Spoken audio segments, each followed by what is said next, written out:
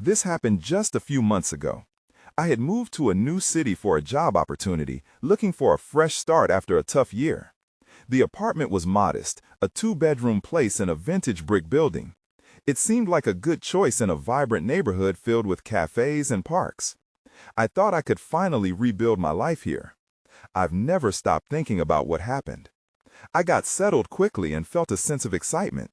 But on my third night, I woke up to a loud knock on the front door. It was jarring. I sat up and listened, heart pounding. It was just a single knock, but my mind raced. Maybe it was just my imagination, or maybe I was still adjusting to the new space. I tried to shake it off and went back to sleep. Over the next few days, strange things started happening. I noticed the hallway light flickering, like it was fighting to stay lit. I stood under it one night and tried to figure it out. I thought maybe it was just an old bulb, but it felt odd. Every time I passed, I felt like something was watching from the darkness. I told myself I was being silly. Then there were shadows. I would see them out of the corner of my eye, just for a moment, but when I turned to look, nothing was there. This happened often enough to leave me feeling uneasy. I wanted to laugh it off. Maybe I was just tired from the move. I'd had a rough year after all. The whispers began on the weekends. They seemed to echo from the empty apartment across the hall. I tried to convince myself it was just the wind or some pipes, but they sounded real. Sometimes I'd sit on my couch, holding my breath, trying to hear more clearly. My heart raced. I was alone, but it felt like I wasn't. I shook my head, uncertain. These occurrences left me questioning my sanity. Was I hearing things? Was the neighbor involved? I wasn't sure what to think. One night, I decided to knock on the door of the apartment across the hall. No answer, just silence. My heart sank. I felt ridiculous, but every time I closed my eyes, I could hear the whispers clearer. Then, the last incident happened. I was home alone, and I heard that knock again. This time, it was louder and more urgent. I couldn't ignore it. My heart was racing as I tiptoed to the door. I took a deep breath, hand on the knob. When I opened it, there was no one there. Just the empty hallway, dimly lit. I felt cold, as if someone had walked right through me. I stepped back, unsure of what I had just experienced. Those echoes of laughter started again, faint yet distinct. And then I heard someone whisper, "Why are you here?" My breath caught in my throat. Turned around. No one was behind me. I still wonder if I was losing my mind or if something was truly there. I never saw anyone, yet it felt like the apartment was alive. The knocking and whispers never returned after that night. But sometimes I hear laughter down the hall. I can't help but wonder if they're still waiting for me to come out. Am I just imagining it, or did I really let something in? The next day, I decided I needed answers. I couldn't keep living with this knot in my stomach. Despite my nervousness, I went down to the building's common area to see if anyone could shed light on what was going on. I needed to know if the apartment across from mine was occupied. As I sat in a small, worn-out chair, I noticed an older woman watering the potted plants by the sofa. She looked familiar, like someone you'd see in a book club meeting rather than a place like this. I cleared my throat and moved closer. "Excuse me," I said, hesitating. "Do you happen to know if anyone lives in the apartment across the hall?" Her eyes widened slightly, then softened. "Oh dear, that place has been empty for ages. No one's moved in there for at least a year." I felt a chill run down my spine. "But sometimes I hear noises, whispers." She shook her head. "That's strange. I've heard similar rumors. Some say that apartment is haunted." Haunted? The word hung in the air like a lead weight. She nodded solemnly. "People who lived there before had some odd experiences. I don't think many have lasted long." My stomach twisted. I wanted to ask more, But before I could, she turned back to her plants, and I felt dismissed. As I walked back to my apartment, my mind raced with the stories I never heard. Why hadn't I thought about this before? What had happened in that empty space? Later that night, I paced in my living room, mind buzzing. The laughter echoed in my ears, mixed with echoes of the woman's words. I had waited too long. I had to investigate the empty apartment. As I approached the door across the hall, I hesitated. What if the stories were true? What if something was inside? But I was already consumed with curiosity. The door was already slightly ajar. It seemed to invite me in. I pushed the door open, and it creaked loudly. The dim light from the hallway barely illuminated the space. Dust particles danced in the air, giving the room an eerie feel. I stepped inside, my heart pounding. The place was bare, with only bare walls and a wooden floor that creaked beneath my weight. My eyes scanned the room, finding nothing but emptiness. But then, something caught my attention. A small, old photo frame lying on the floor. I picked it up, dusting the surface with my fingers. That's when I saw it. A faded picture of a family. They looked happy, smiling together in front of what appeared to be this very apartment. But there was something off about the image. A shadow loomed in the corner, almost as if it were watching them. I felt my skin prickle. Suddenly, the air around me shifted, something heavy settling in like a thick fog. I dropped the frame, my breath faltering. Just then, laughter erupted from behind me, a burst of sound that sent chills racing down my spine. I turned quickly, but the hallway was empty. Panic rose in my throat. I needed to get out. I stumbled backward, my hand brushing against the wall for support, and I felt something cold and wet press against my back. I whipped around, dread crashing over me. There was no one there, but the room felt alive, the laughter echoing in my head. What had I just stepped into? I rushed back into the hallway, slamming the door shut behind me. My heart raced as I leaned against it, wondering what I had just uncovered. This felt surreal, and I couldn't shake the feeling that I had awoken something that should have remained undisturbed. I leaned against the door, breathing heavily, my mind racing. In the quiet of the hallway, I could still hear the echoes of that laughter swirling around me like a dark cloud. What was I getting myself into? I felt like a moth drawn to a flame, but I now knew the flame could burn. After a few moments of silence, I pulled away from the door, my legs shaky. I couldn't just stand here. I needed to find something, anything, to settle my mind. I hurried back inside my own apartment, locking the door behind me. The familiar surroundings felt oddly comforting now, but I couldn't shake the strange events that had just occurred. I needed information. Maybe I could find old records, or even talk to someone who lived in the building longer than I had. I grabbed my phone and searched for local forums about the building. My heart sank when I found nothing helpful, just the usual complaints about loud neighbors and maintenance issues. It seemed no one bothered to mention the ghost stories or the empty apartment. An idea struck me. I remembered the older woman. Maybe she knew more than she let on. Taking a deep breath, I decided to visit her again. I was still rattled, but I had to know more. Descending the stairs, I felt each step echo with apprehension. When I reached the common area, the little old woman was still tending to her plants. She looked up as I approached, a curious glint in her eye. "Back so soon?" she asked, with a hint of amusement. I wanted to know if you could tell me more about that apartment," I said, my voice shaking slightly.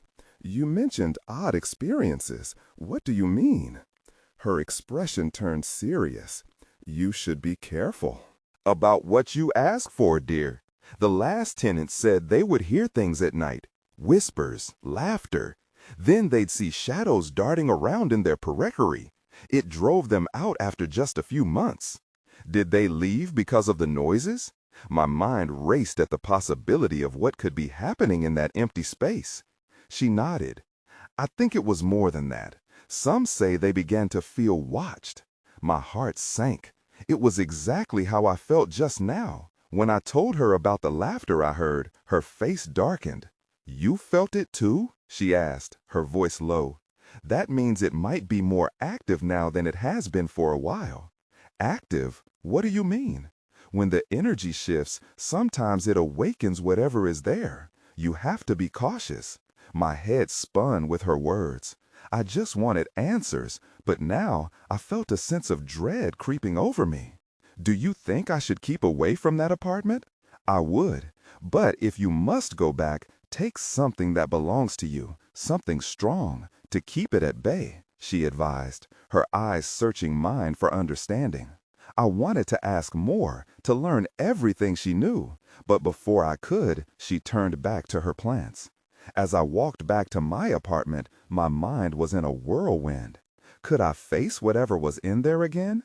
A part of me was screaming to stay away, but the other half, the half that craved answers, kept pulling me back towards it. Determined, I made a plan.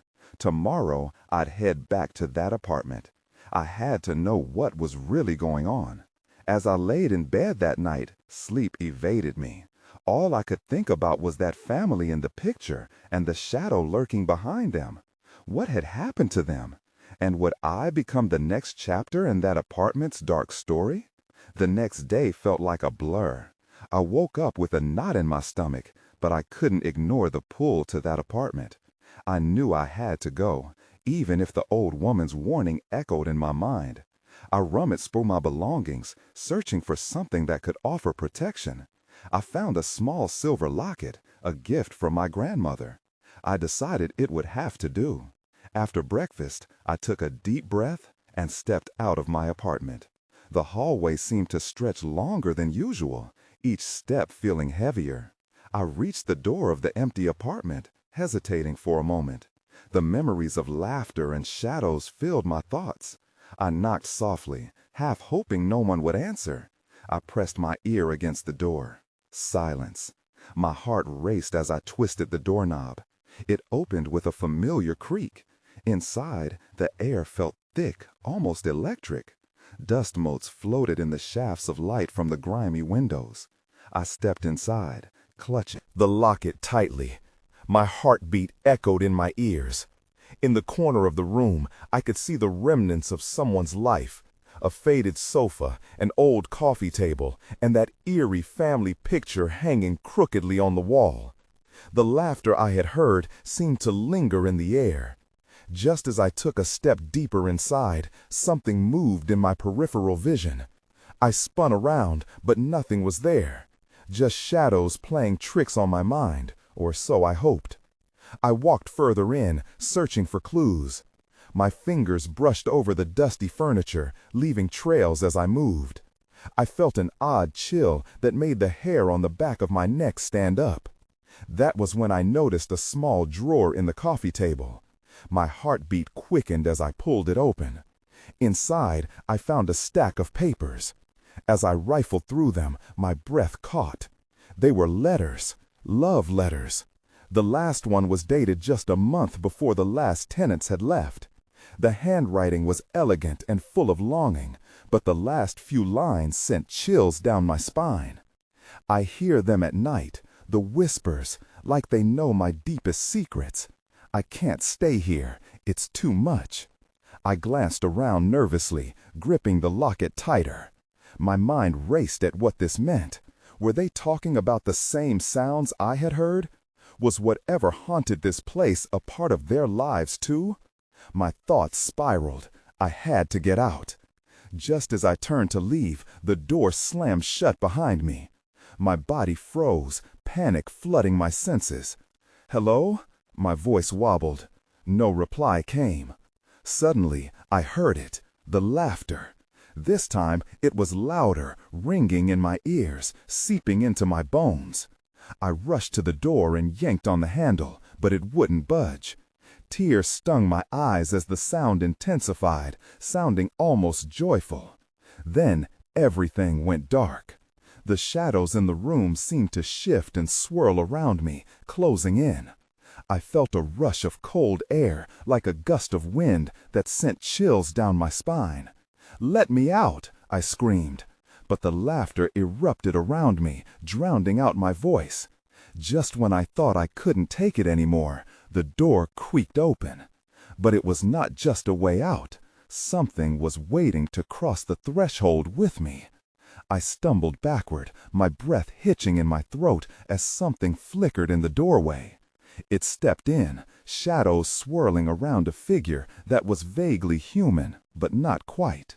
I couldn't make out its features, but I could feel its gaze piercing through the darkness. "Who are you?" I managed to choke out, desperation clawing at my voice.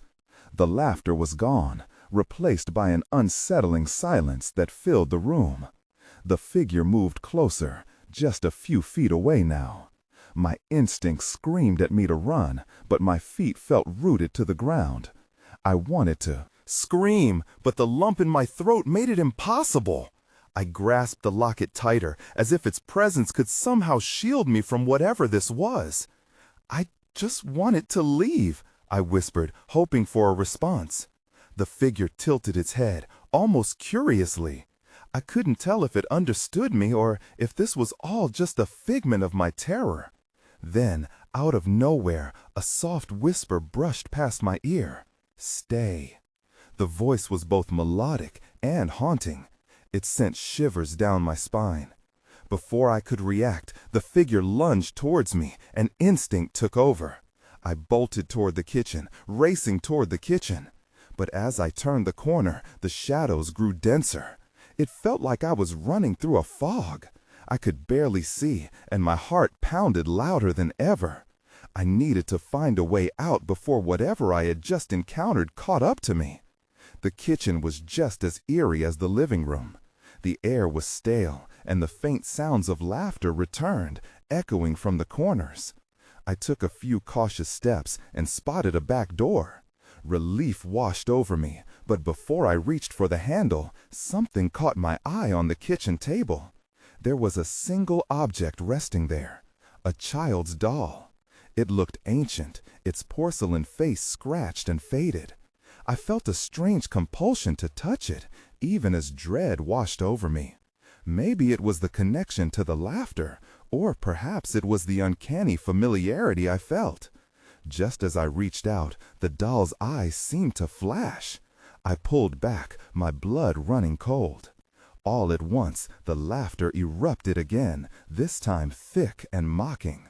I turned back to the door, but it was gone, vanished, without a trace. "Please!" I yelled, backing away from the table. I felt the shadows creeping closer, closing in around me, their whispers rising to a cacophony. I couldn't think straight. I had to escape. Suddenly, I remembered the letters, the warnings. My breath quickened as I recalled the last one. "I hear them at night." Was this what they had experienced too? Then I felt it, a tugging sensation at my sleeve. I glanced down to see the doll lying on the floor, now staring at me, a smile stretching grotesquely across its painted face. Something wasn't right. I needed to get back to the living room, find that door. I bolted, but the moment I turned, the path seemed to shift. It wasn't the same anymore. Confusion took over, and panic bubbled in my chest. That's when I heard it again, soft, insistent whispers surrounding me like a group of children sneaking conspiratorial giggles. I felt them closing in, and in that moment, I understood. I wasn't alone. Then, from the corner of my eye, I saw it, an outline, much like the figure I had faced before, only this time it seemed to beckon me forward. I froze, the urge to flee battling with an impossible curiosity. I took a hesitant step forward. What had I just walked into? Everything shifted the moment I took that step. The air buzzed with a strange energy, and the outline of the figure flickered like a dying light bulb. I squinted, trying to make out any finer details, but it remained just out of focus. What are you? I whispered again, my voice quavering.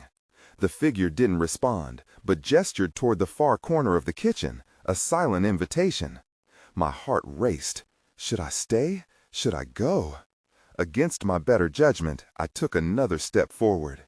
And then everything went dark. It felt like someone had snuffed out a candle, and I was plunged into a void. I stumbled, my hands reaching out for something, anything, to hold on to.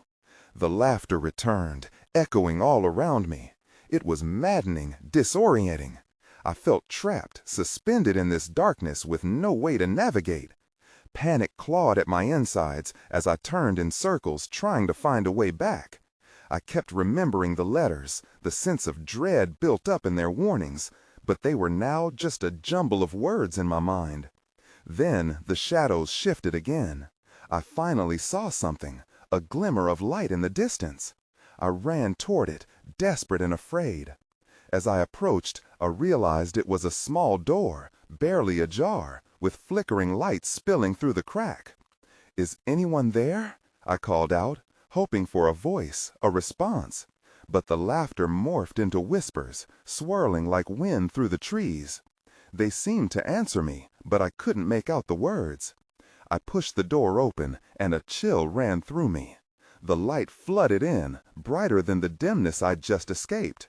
I was in a small, dimly lit room, filled with dusty books and peculiar trinkets. The air was thick with the scent of old paper and something metallic. In the center stood a table, cluttered with all sorts of objects, worn photographs, small sculptures, and, to my horror, more dolls, each more unsettling than the last. As my eyes darted across the table, something caught my attention. A letter, partially hidden beneath a tattered curtain. It was addressed to me. I reached for it, my fingers trembling. The paper felt brittle, old, and crumbling in my hands. It read, "They won't let you leave. They need you." My heart sank. Whoever or whatever was in this house wanted me to stay, and it felt like I was teetering on the edge of a sickening game. Suddenly, the heavy door slammed shut behind me. The laughter crescendoed, mixing with frantic whispers that flooded the small room.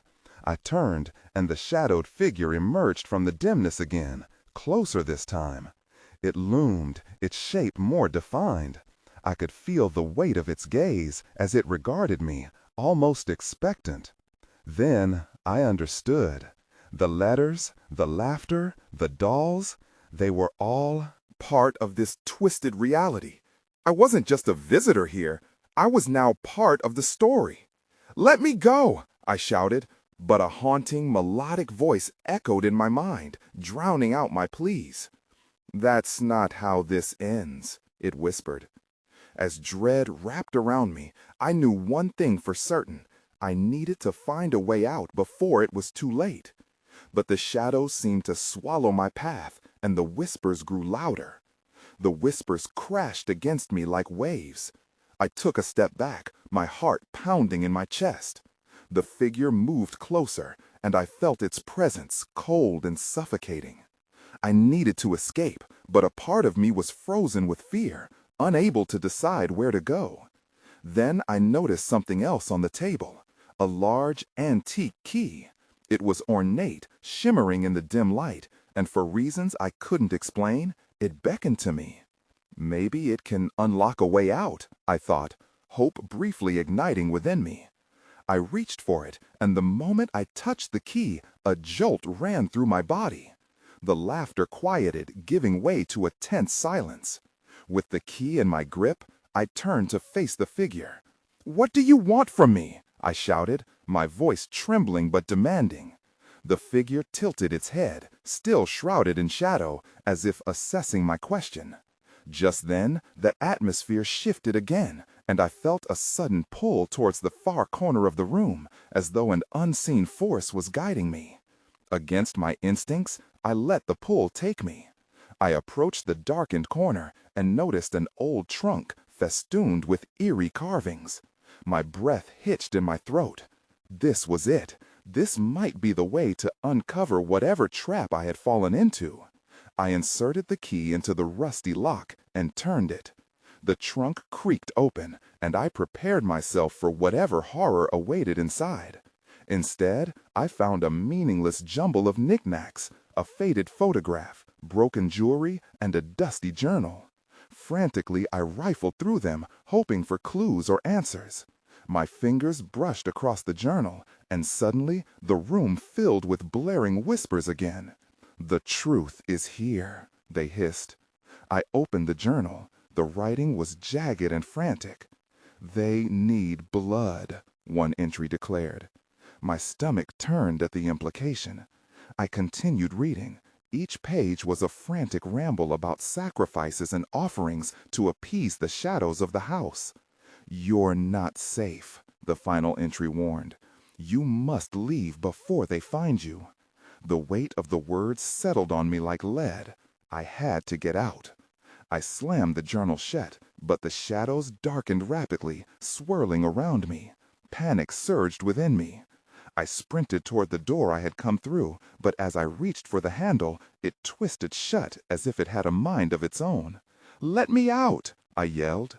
Pounding on the wood.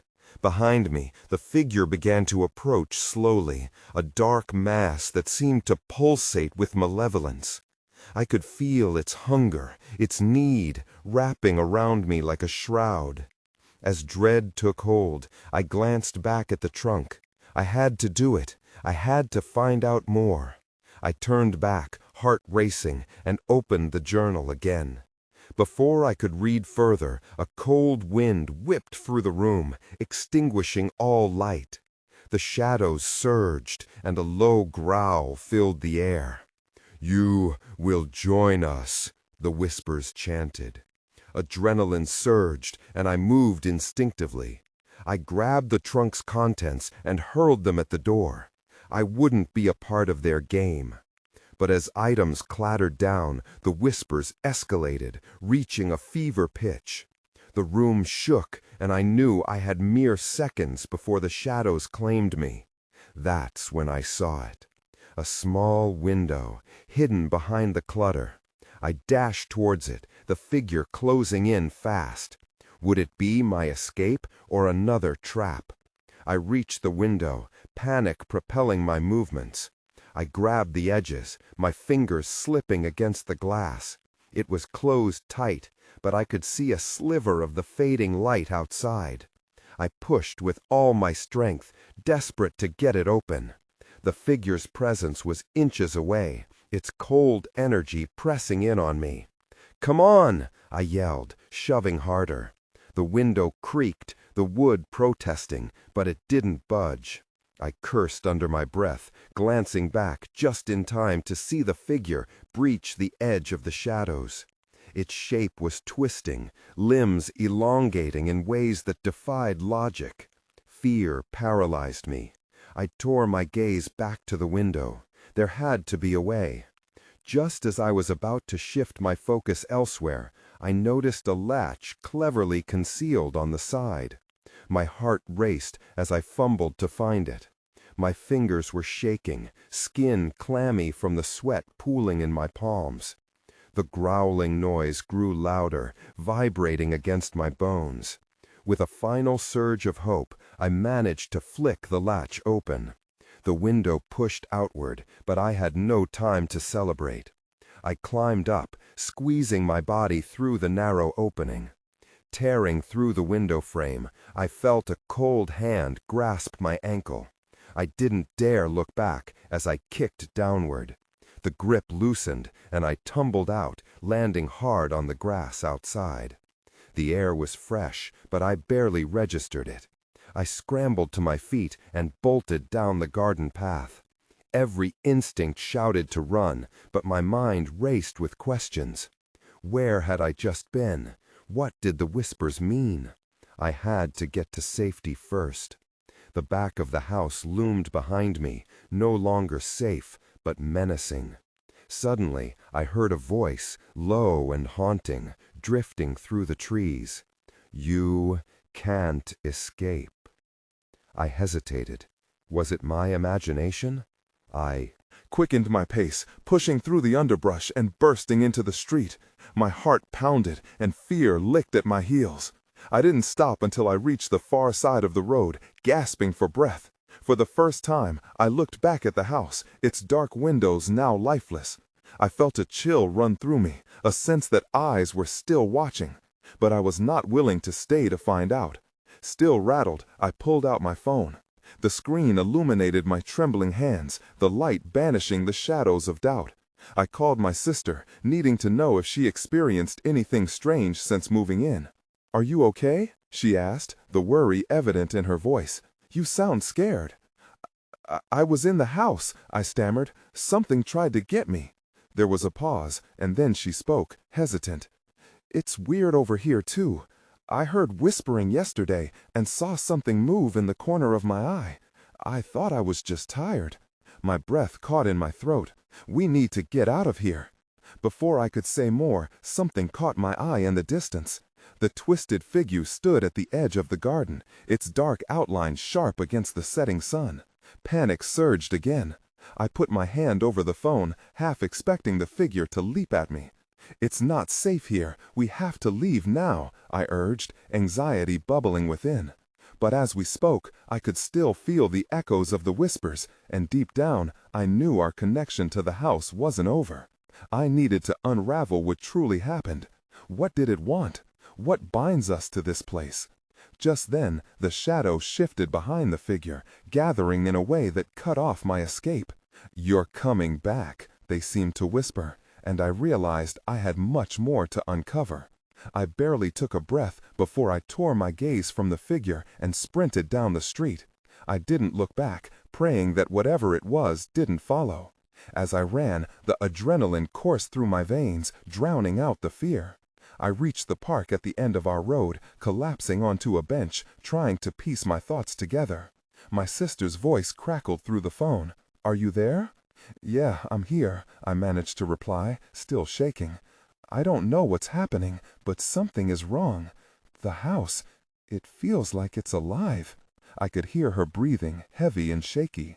"What do you mean?" she asked, concern creeping into her tone. "Something was in there with me, something I couldn't see, but I felt it. The whispers were calling me, I swear. And I think it's still out there," I said, glancing over my shoulder. The park was dimming as night fell, shadows stretching ominously. There was a hesitant pause. "You should come home. We'll figure it out together," she suggested, her voice a lifeline I clung to. "What if that thing follows me?" I whispered, my voice trembling. I remembered the way its hand felt on my ankle and shivered, thinking of how close I had come to being caught. "It won't," she reassured me, but I could hear the uncertainty lacing her words. I hesitated, wanting to feel safe, but knowing we were both tangled in this nightmare. I need to get something I left in the house," I stammered, an impulsive decision forming. "Are you crazy?" she replied. "You can't go back there." "I have to. I need to understand why it's happening," I insisted, already thinking about the old family photo hidden in the attic. Maybe it contained answers I overlooked. I didn't want to go back, but deep down, I knew we had to confront this. "Okay, but I'll go with you," she said, a hint of bravery sparking in her voice. We agreed to meet back at the house. As I approached, dread pooled in my stomach. The structure loomed tall, standing against the darkening sky like a fortress. I wasn't alone in this, though, I reminded myself. I took a deep breath, feeling a flicker of strength from my sister's support. As I stepped onto the property, the atmosphere changed. It felt thick, heavy. The house was silent, but I could sense the whispers swirling around me, faint but persistent. "Come back," they beckoned, tugging at my mind. I shook my head vigorously, trying to ignore them. Inside, the darkness consumed me, swallowing any remaining light. I made my way through the familiar rooms, each step echoing in the hollow space.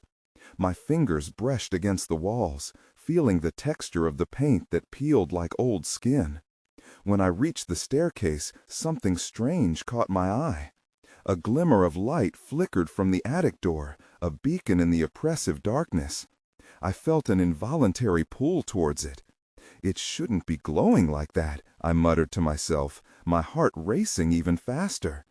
Then I heard it again, a low, almost playful chuckle wafting down from the attic, followed by an unnerving whisper. "We're waiting." I glanced behind me, the dread clawing at my throat.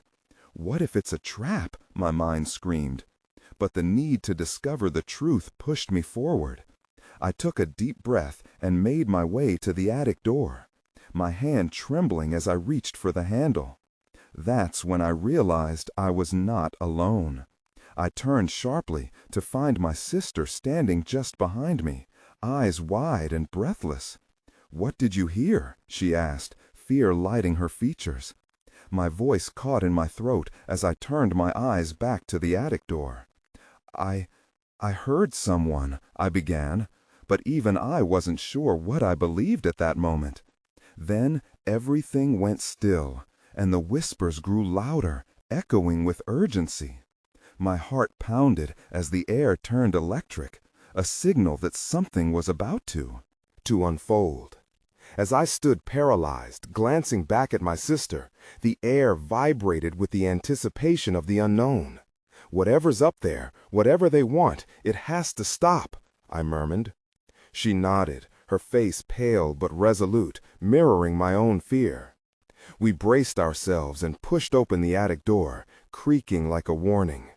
The faint glow illuminated a cluttered space filled with trinkets covered in cobwebs, forgotten memories dangling from the rafters. I felt a wave of dread wash over me, yet there was a strong pull, like the attic called to us with soft, sinister whispers. "Stay close," I whispered to my sister as we took cautious steps into the room. The light seemed to pulse softly, causing shadows to dance across the walls. It was both enchanting and terrifying. Suddenly, I recalled the family photo from the last time I was there. "We have to find that picture," I told her, my voice trembling. It seemed like the key to unraveling the truth behind everything, perhaps the shadow lurking in the corners of our minds. As we sifted through boxes, I could still hear the echoes of laughter intertwining with our breaths, a haunting melody urging us deeper. "This place feels like a trap," my sister said, her eyes darting nervously. "I know, but we can't back down now," I insisted, my heart racing. At that moment, we stumbled upon a large chest in the corner. Dust hung heavily in the air, and I felt a mix of dread and anticipation. We exchanged a determined glance, both knowing this was it. With a deep breath, I pulled the lid open. Inside were old books and memorabilia, items that seemed heavy with memories. My sister held a tattered journal in one hand while I searched, my fingers tracing over the objects. There were ribbons, games, and finally, beneath the clutter, there it was, the faded family photo that had haunted my thoughts. I grabbed it and felt a rush of recognition, the shadows thrumming with energy as the whispers intensified. "Do you hear that?" my sister said, eyes wide. "It's like they're alive." Before I could respond, the lights flickered violently, and a sudden chill swept through the attic. The figure from before emerged, twisting in the shadows, its presence stronger and more defined.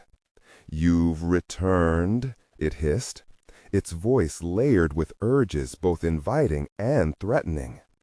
Gripped by terror, my sister took a step back. "We have to go, now!" But the door slammed shut, rattling against the frame and locking us in. Panic surged, and I turned to face the figure, the very embodiment of our nightmares, its outstretched hand beckoning us forward. "Join us," it whispered, an echo of the laughter in our ears. "Let's not give in," I shouted, nearly choking on fear. I instinctively clutched the family photo. All at once, memories flooded back about loves lost and stories untold. I recalled the letters, the warnings. They resonated with the shadows swirling around us.